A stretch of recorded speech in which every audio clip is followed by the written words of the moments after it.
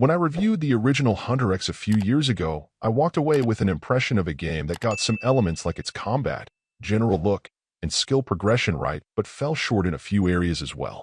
This successor, while still not able to keep up with the top-tier action-oriented Metroidvanias on the system, does feel like it has made strides to make improvements, helping to advance its overall place in the Switch eShop food chain.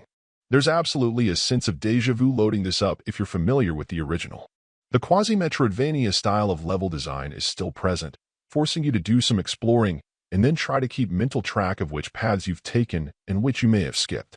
Character progression feels like it is at least similar, and while your options aren't as extensive as in some other titles, you will at least feel like you have some control over how you operate, especially as you get further into the game.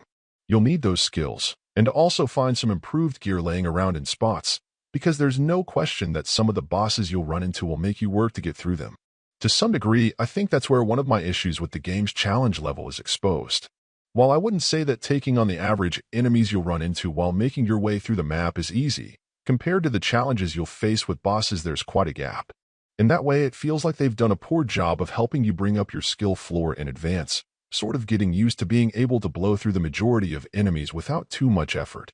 Then, when you hit a boss that is set up to dismantle you completely, you end up feeling very unprepared, lulled into thinking you'd been doing well up to that point.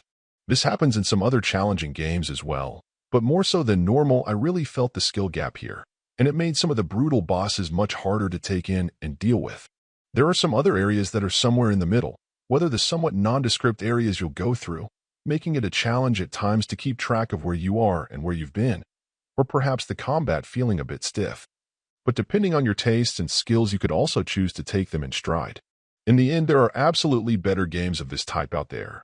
But if you're a fan of Metroidvania action that's a little tougher than the average, it may be worth giving a spin. Overall, my final score for the game ended up being a 7.5. Thank you for taking the time to listen to this review. And if you'd like more information or ideas of indie games worth checking out on Switch, be sure to click on the link provided in the description. Until next time.